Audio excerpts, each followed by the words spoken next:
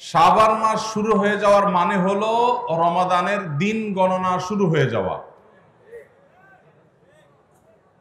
শাবানের প্রথম দিন চলে যাওয়া মানে আর 29 দিন, আর 28 দিন, আর 27 দিন, দ্বিতীয় দিন, তৃতীয় দিন, পর এভাবে দিন গণনা করতে করতে রমাদানের যে প্রতীক্ষা, রমাদানের যে প্রহর গোনা, রমাদানের যে অপেক্ষা, সেটা সমাপ্তির দিকে যাবে ইনশাআল্লাহ।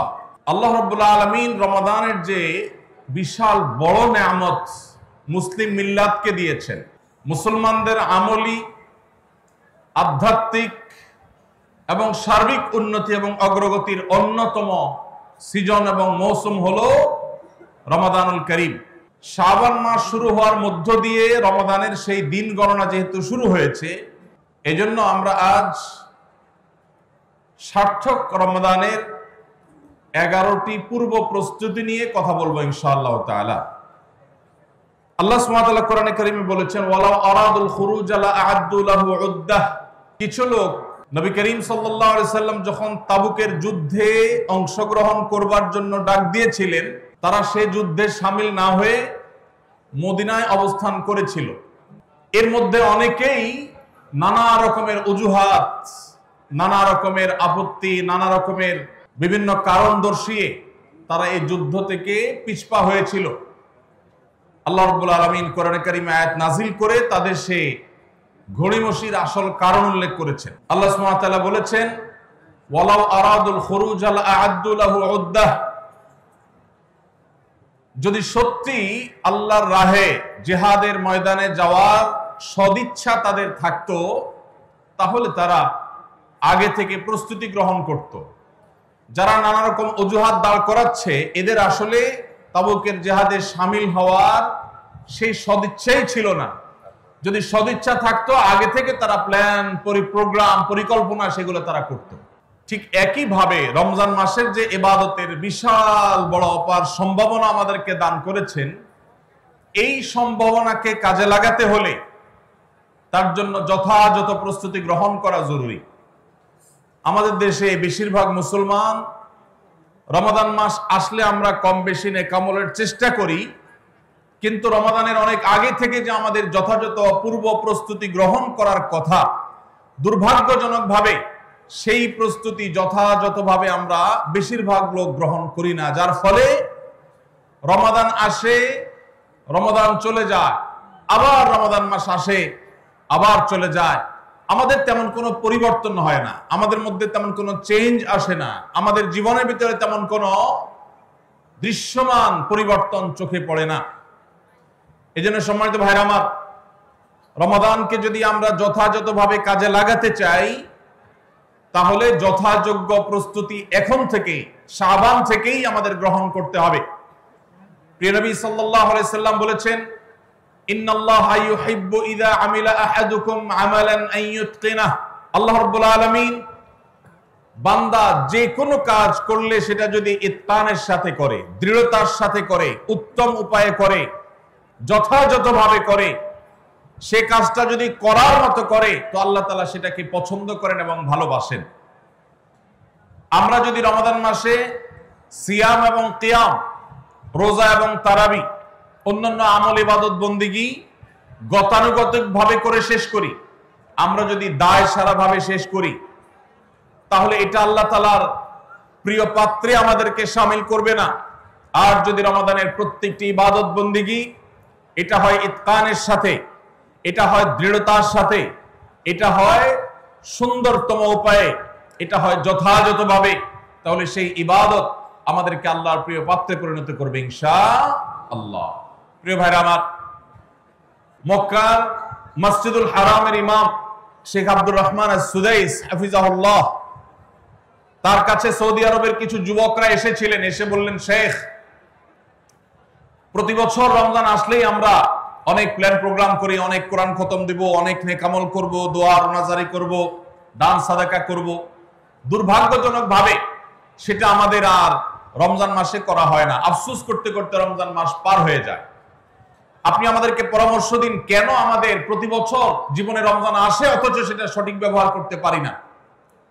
তখন শেখ সুদাইস তাদেরকে বলেছিলেন, রমাদান মাসে ইবাদত বন্দেগী করতে পারা এটা আল্লাহর নিয়ামত, এটা আল্লাহর অনুগ্রহ, এটা আল্লাহর রহমত। যে রমজান পেয়েও ইবাদত করতে পারলো না সে তো হতভাগা, কপাল পোড়া। এই হতভাগ্যের কাতারে সাধারণত সেই মানুষগুলোই পড়ে যারা আল্লাহর রহমতের উপযুক্ত না। আমরা নানাবিধ অপরাধে, নানাবিধ গুনাহ করে, নানাবিধ নাফরমানি করে আল্লাহর রহমতের উপযুক্ততা আমরা হারিয়ে ফেলেছি, যার কারণে রমজানের ইবাদতের তৌফিক হয় না। এই জন্য তিনি তাদেরকে নসিহা করেছিলেন যে আমি তোমাদেরকে উপদেশ দিচ্ছি, রমজান আসার আগে থেকেই আগের যে সমস্ত গুনাহ খাতা হয়েছে, যে সমস্ত নাফরমানি হয়েছে, আল্লাহর অবাধ্যতা হয়েছে, সেগুলোর জন্য চোখের পানি ফেলে রোনাজারি করে আল্লাহর কাছে ক্ষমা চাও। আল্লাহর কাছে ক্ষমা চেয়ে যদি আগের সবগুলোকে ভ্যানিশ করতে পারো তাহলে আল্লাহর কাছে রহমতের উপযুক্ত হবে। বিষয়টা অনেকটা হালখাতার মতো। আপনার আগের দেনা দায় সব যখন পরিশোধ করে দিয়েছেন, নতুন করে আবার আপনি ধার করার, বাকিতে নেওয়ার উপযুক্ততা আপনার অর্জন হবে। ঠিক একইভাবে আমাদের নানা নাফরমানের কারণে আল্লাহর রহমত থেকে আমরা দূরে সরে গেছি। লানত অর্থাৎ রহমত থেকে দূরে সরে যাওয়া, এটার উপযুক্ত হয়ে গেছি অনেকে। এই জন্য ভাইরা, এখন থেকে রমাদানের প্রস্তুতির নিয়তে আল্লাহর কাছে তওবা করা, গুনাহ মাফ চাওয়া, ইস্তিগফার করা, জীবন পরিবর্তন করবার সংকল্প করা, এটা হবে আমাদের রমাদানের প্রথম প্রস্তুতি। চেষ্টা করব তো ইনশাআল্লাহ। প্রতিদিন যখনই তৌফিক হয় আল্লাহর সাথে একটু কথা বলবেন, আল্লাহ আমার সমস্ত গুনাহগুলো মাফ করে দিন, আমার নাফরমানি মাফ করে দিন, আমাকে আপনি ক্ষমা করে দিন। আমি যদি আপনার রহমতের জন্য কোনো কারণে অনুপযুক্ত হয়ে যাই, আমার কোনো বদবখতির কারণে, আমার কোনো কৃতকর্মের কারণে, তো আপনি সেগুলো মাফ করে দিন।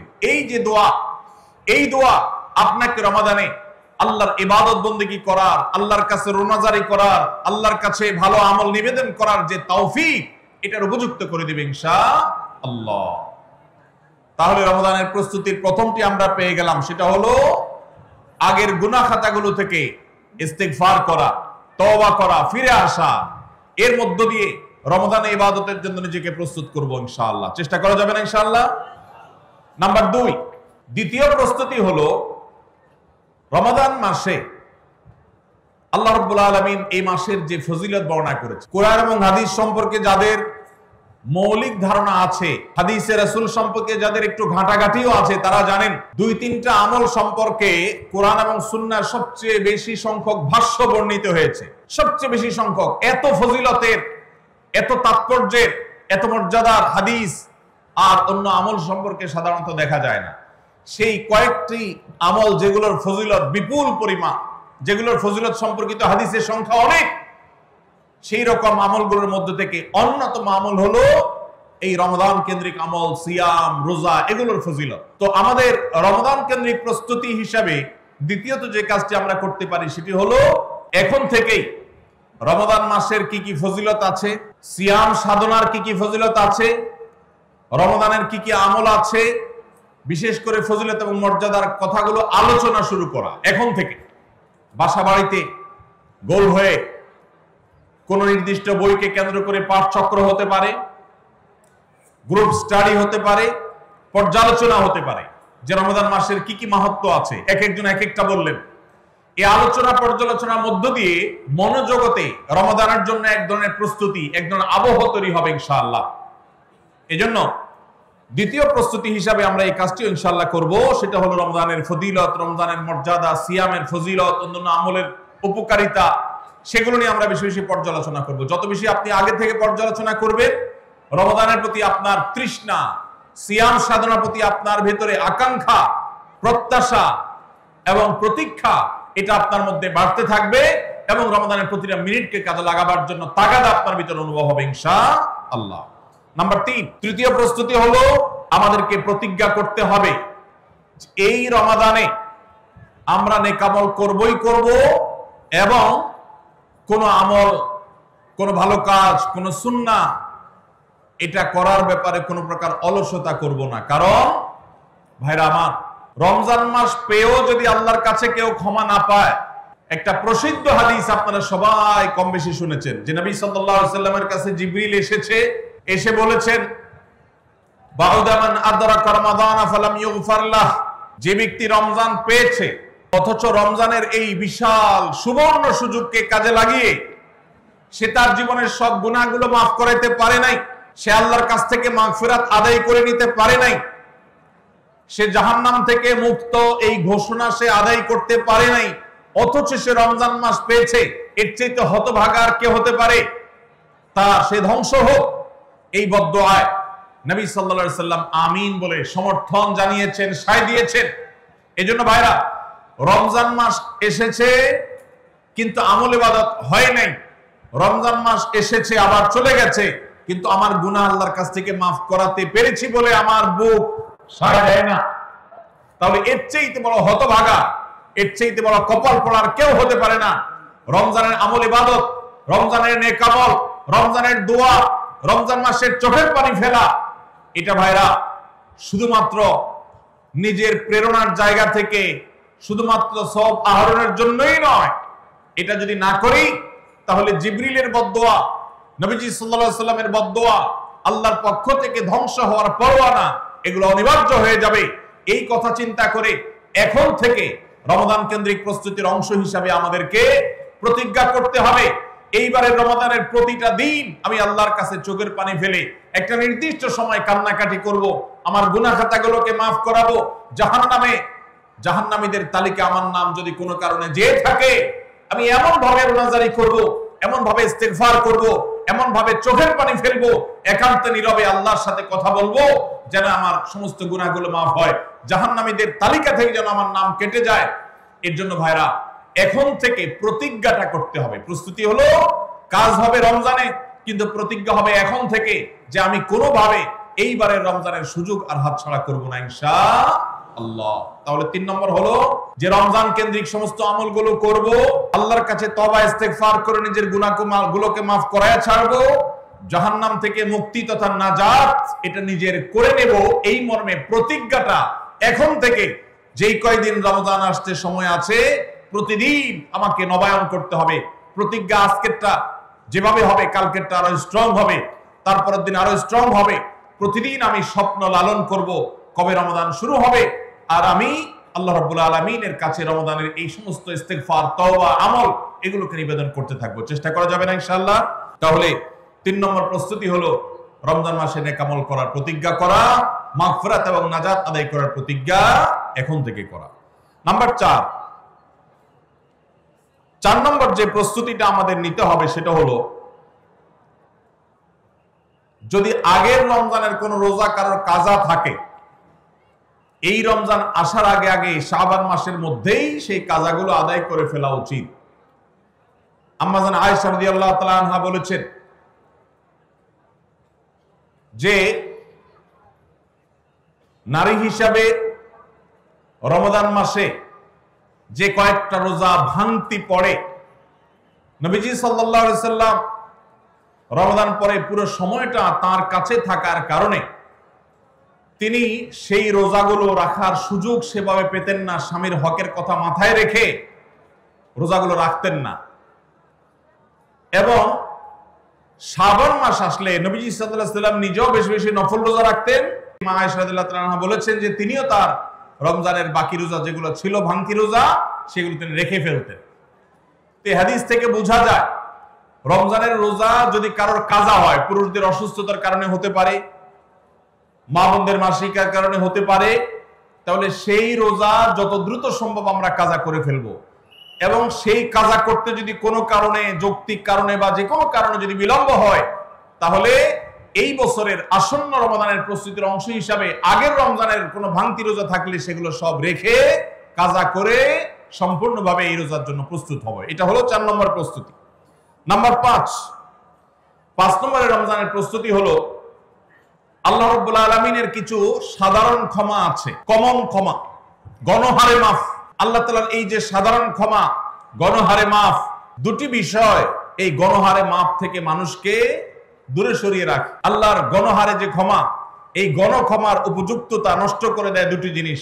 তার একটি হলো শিরক, আরেকটি হলো হাসাদ। একটা হলো হিংসা, আরেকটা হলো শিরক। নবী করিম সাল্লাল্লাহু আলাইহি ওয়াসাল্লাম বিভিন্ন হাদিস থেকে আমরা জানি তিনি বলেছেন আল্লাহ রাব্বুল আলামিন বিশেষ করে লাইলাতুন নিসফি মিন শাবানে যখন মানুষকে গণহারে ক্ষমা করেন, তখন দুই শ্রেণীর মানুষকে আল্লাহ তাআলা মাফ করেন না, ইল্লা লিল মুশরিকিন ও মুশাহিন। তবে যদি মুশরিক আর মুশাহিন থাকে, শত্রুতা করে, হিংসা করে অন্যের প্রতি, এইরকম মানুষ যদি থাকে, তাদেরকে আল্লাহ তাআলা সাধারণ ক্ষমা আওতায় আনেন না। রমাদানে আল্লাহ তাআলা প্রতিদিন বহু মানুষকে সাধারণ ক্ষমা করেন।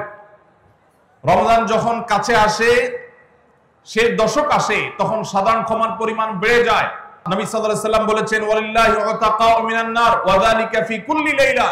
রমজানের প্রত্যেক রাতে বহু মানুষকে আল্লাহ তাআলা জাহান্নাম থেকে মুক্ত ঘোষণা দিয়ে দেন, অমুক জাহান্নাম থেকে মুক্ত, অমুকের ছেলে অমুক জাহান্নাম থেকে মুক্ত, অমুকের ছেলে অমুক, তার নাম জাহান্নামের তালিকা থেকে কাটা, জান্নাতের তালিকা চলে আসবে। অসংখ্য মানুষকে এভাবে এই সুযোগ আল্লাহ তাআলা দান করেন। যারা শিরকে লিপ্ত, সেটা যেই কোনো ধরনের শিরক হোক, কবরকে যারা সিজদা করে, মাজারকে যারা পুজো করে, জীবিত মৃত মানুষকে যারা সিজদা করে, কবরে যারা প্রার্থনা করে, সেখানে যারা সন্তান চায়, ব্যবসার উন্নতি চায়, যত প্রকার শিরক আছে কবর কেন্দ্রিক এগুলাতে লিপ্ত হয়, অথবা এর বাইরে আরো যত রকমের শিরক গোটা দুনিয়াতে আছে, কোন প্রকার শিরকে যখন মানুষ লিপ্ত হয়, তখন এই ব্যক্তি আল্লাহ তাআলার সাধারণ ক্ষমার উপযুক্ত আর থাকে না। এই জন্য ভাইরা, রমজানের প্রস্তুতির অংশ হিসাবে 5 নম্বরের যে প্রস্তুতি আমরা গ্রহণ করব, সেটা হলো আল্লাহ তাআলা যেহেতু রমজানে অনেককেই সাধারণ ক্ষমা করবে, আমি যেন সেই সাধারণ ক্ষমা প্রাপ্ত সৌভাগ্য মানুষদের তালিকায় ঢুকতে পারি, সেজন্য আমার অন্তর থেকে হিংসাকে ধুয়ে মুছে সাফ করে ফেলতে হবে। কোন মুসলমানের কল্যাণ দেখে আমার কষ্ট হবে না, কারোর ভালো দেখে আমার ভেতরে জ্বালা পড়া হবে না। পারলে তার জন্য আরো বেশি দোয়া করব, যে কারো ভালো হোক আমি আরো ভালো চাইবো, কারোর কোনো ক্ষতি আমি চাইবো না। এই কল্যাণকামিতাই হলো দিন। আদ-দীন ওয়ান নাসিহা। কিলা লিমান ইয়া রাসূলুল্লাহ, ক্বালা লিল্লাহি ওয়া লিরাসূলি ওয়া লিআম্মাতিল মুসলিমিনা ওয়া আইম্মাতিহিম। নবী সাল্লাল্লাহু আলাইহি সাল্লাম বলেছেন, ধার্মিকতা কিসের নাম?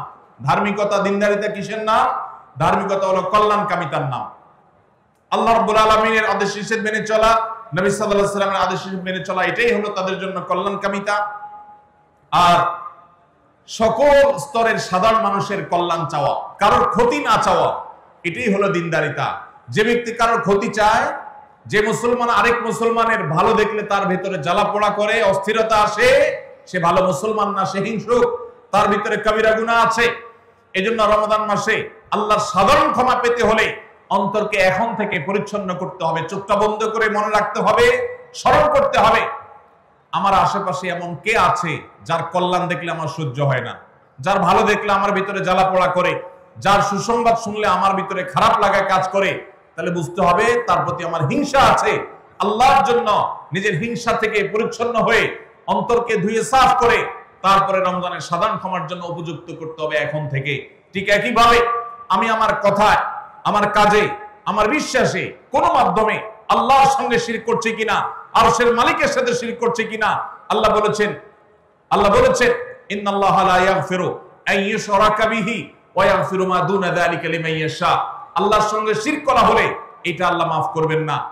শিরকের অপরাধ, এটা যদি কেউ করে তওবা ছাড়া মারা যায়, আল্লাহ তাআলা এই অপরাধ ক্ষমা করবেন না, এটা আল্লাহ আগে থেকে দেওয়া ঘোষণা।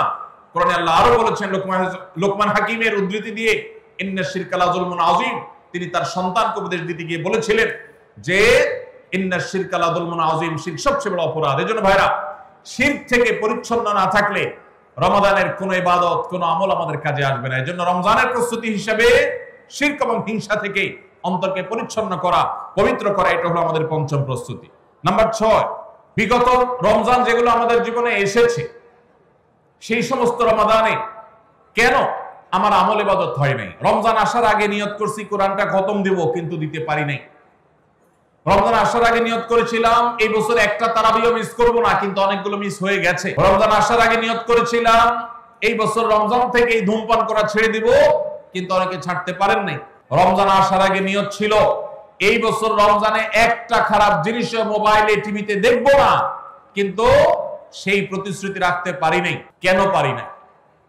বিগত রমজানের সমস্ত আমলনামা নিয়ে বসতে হবে এখন থেকে, শাবান থেকে, আজকে থেকেই, যে আমার গত রমজানে আমল ইবাদতের ক্ষেত্রে প্রতিবন্ধকতা বাধাগুলো কি কি ছিল একটা একটা করে সম্ভব হলে লিখে ফেলবেন।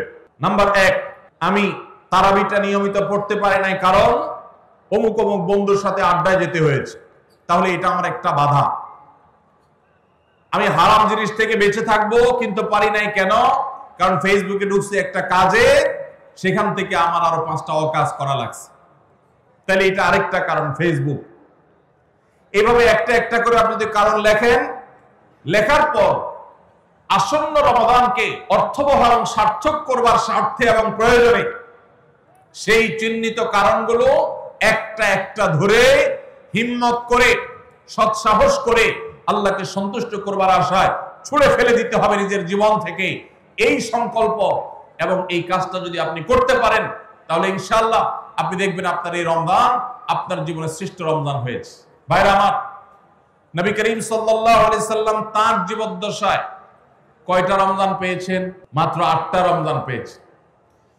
দ্বিতীয় হিজরিতে রমজানের রোজা ফরজ করা হয়েছে, দশম হিজরিতে আল্লাহ তাকে দুনিয়া থেকে নিয়ে গেছেন।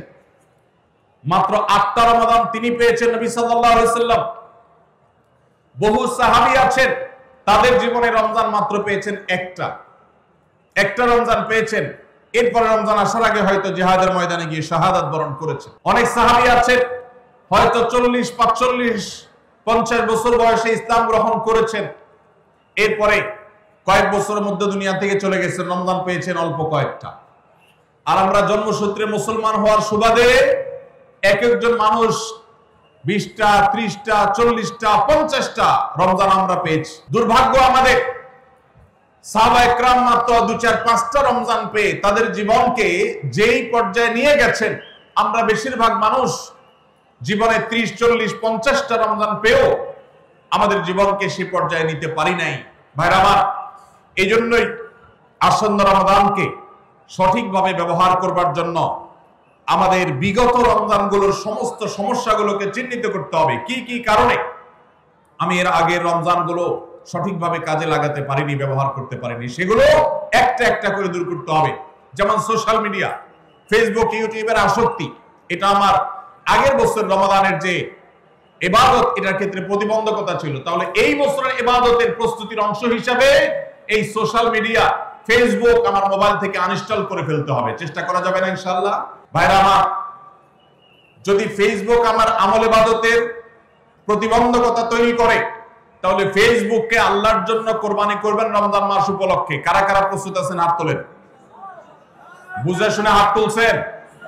বুঝে শুনে হাত তুলছেন? আল্লাহ এই হাতগুলোকে সবগুলোকে কবুল আর মঞ্জুর করুন।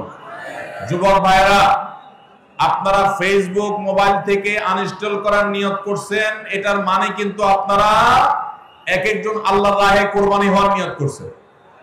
প্রস্তুত আছেন তো ইনশাআল্লাহ? নিজেদের কোরবানি করার জন্য প্রস্তুত আছেন তো ইনশাআল্লাহ? আল্লাহ তাআলা আমাদেরকে তৌফিক দান করুন।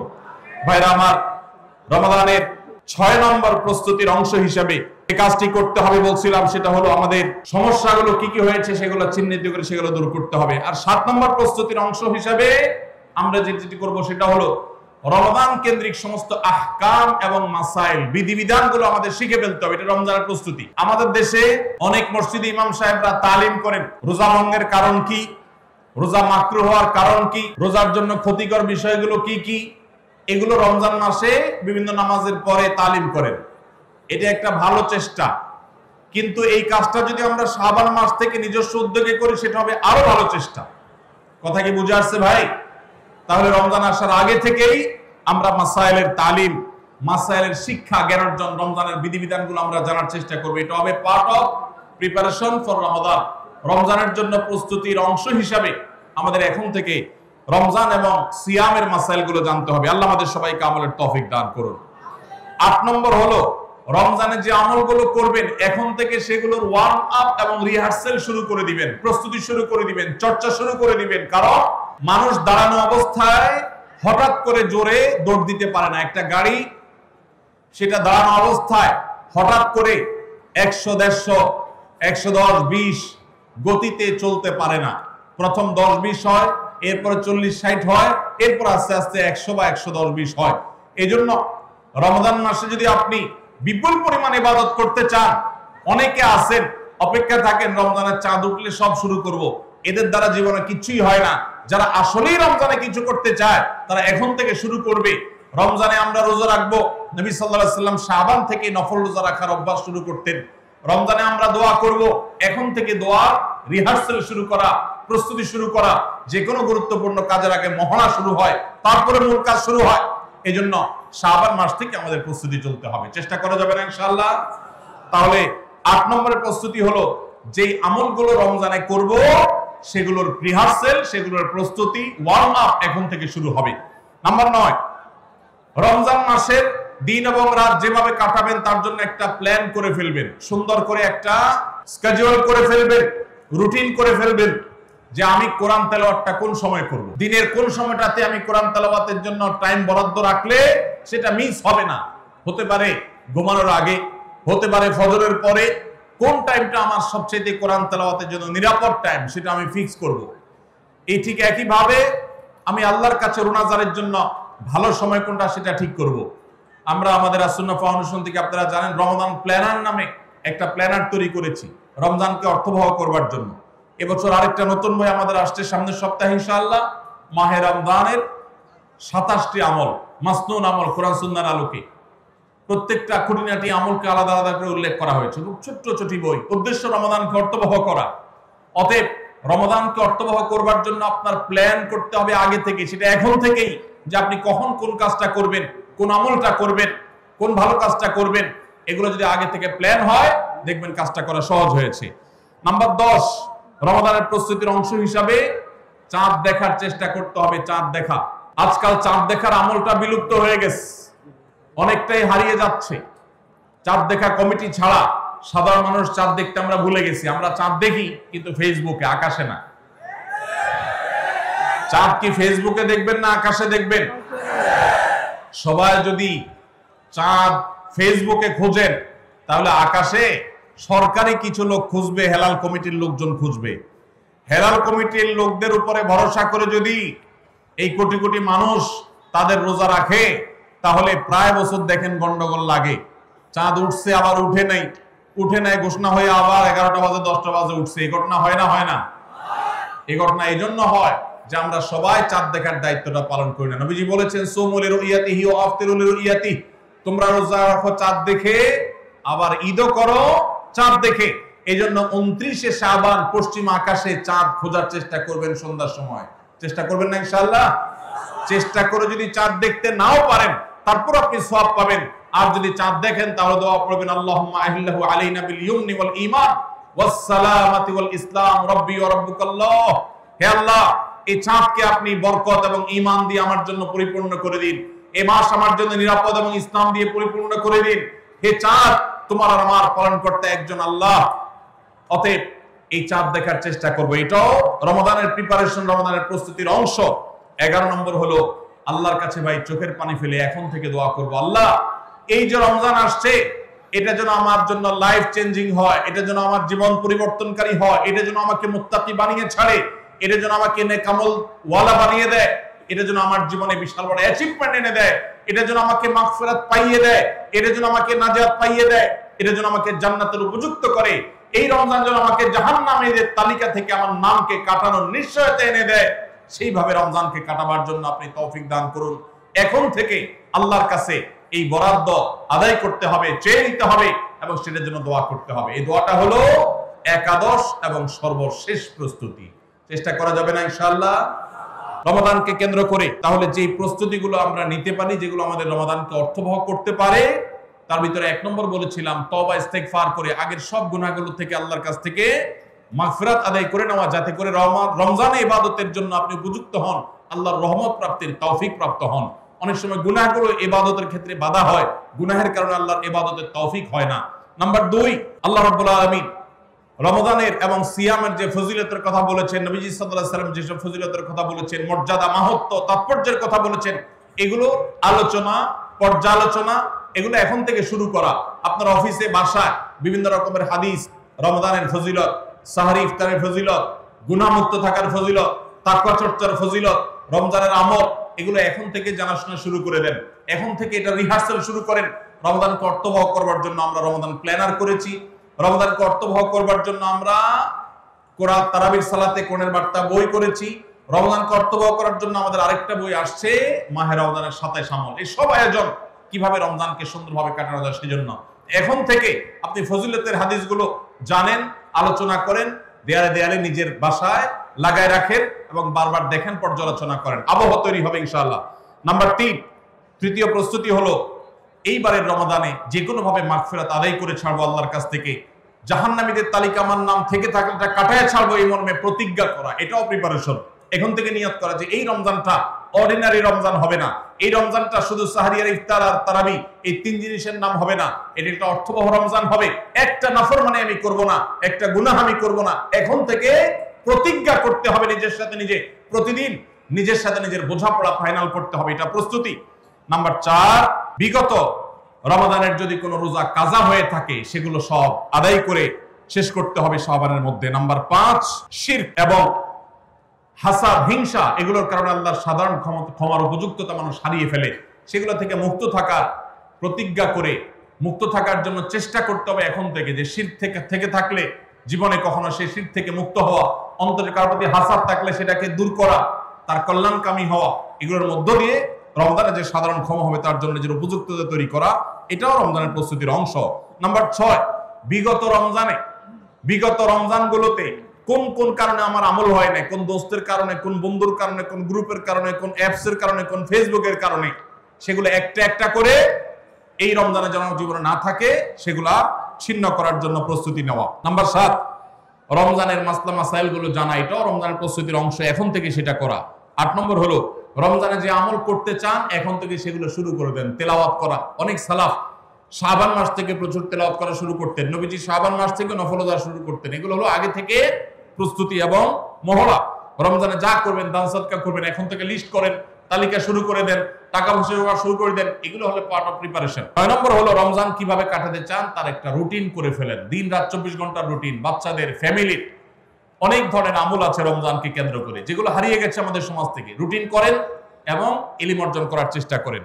নাম্বার 10, চাঁদ দেখার চেষ্টা করতে হবে, এটাও রমজানের প্রস্তুতির অংশ। আর 11 নম্বর হলো আল্লাহর কাছে দোয়া করতে হবে, আল্লাহ যেন আমাদেরকে রমজানের রোজাকে যথাযথভাবে আদায় করার তৌফিক দান করেন। চেষ্টা করা যাবে তো ইনশাআল্লাহ।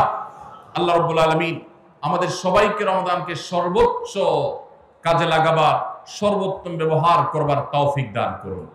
সবাই চেষ্টা করবো তো ইনশাআল্লাহ। ভাইরা আমার, জীবনে রমজান হতে পারে এটাই শেষ, সেই চিন্তা করেই আমাদেরকে রমজানকে ইস্তেকবাল করতে হবে, অভ্যর্থনা জানাতে হবে। এটাকে শেষ রমজান ধরেই প্রিপারেশন নিতে হবে, আগাইতে হবে।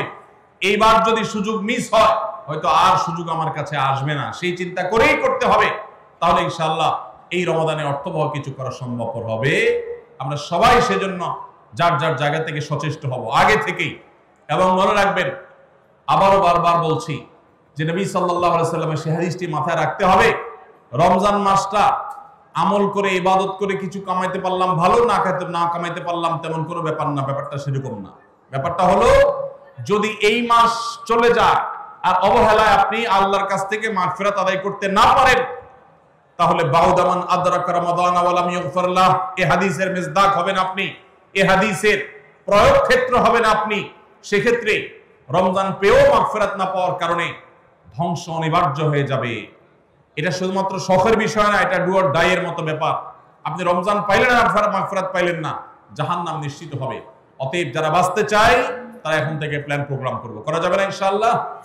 সেই সাথে আমি শুরুতে যেটা বলেছিলাম, রমাদান সেই মাস যেই মাসে আমল এবং ইবাদতের শুধু উন্নতি আর তারা কি না, মুসলমানদের সার্বিক অগ্রগতি, উন্নতি আল্লাহ রাব্বুল আলামিন এই মাসে দিয়েছেন। ঐতিহাসিক বদরের যুদ্ধের সেই স্মৃতি বিজড়িত মাস এই রমাদান, মক্কা বিজয়, বড় বড় ঘটনা ইসলামের ইতিহাসে, বড় বড় সাফল্য আল্লাহ তাআলা রমাদানে দিয়েছেন। অতএব সেই জন্য নিজেদেরকে প্রস্তুত করতে হবে, প্রস্তুতি এখন থেকে গ্রহণ করতে হবে। এবং বাংলাদেশের এই মাটি আল্লাহ রাব্বুল আলামিন যেন দ্বীনের জন্য, ঈমানের জন্য, কোরআনের জন্য, সুন্নাহর জন্য কবুল করেন। এদেশের মুসলমানদের অন্তরের অন্তঃস্থলে যেন দ্বীনকে আল্লাহ তাআলা গেঁথে দেন। আমাদেরকে সবাইকে যেন আল্লাহ তাআলা প্র্যাকটিসিং মুসলমান বানায় দেন। নামদারি মুসলমানদেরকে আল্লাহ যেন সিরিয়াস মুসলমান বানায় দেন। নামাজি মুসলমানকে যেন আল্লাহ আখলাকওয়ালা মুসলমান বানায় দেন। আখলাকওয়ালা মুসলমানকে যেন আল্লাহ মুখলেস মুসলমান বানায় দেন। আমরা সবসময় দোয়া আসুন্নাহ ফাউন্ডেশন, উম্মার স্বার্থে সুন্নাহর সাথে।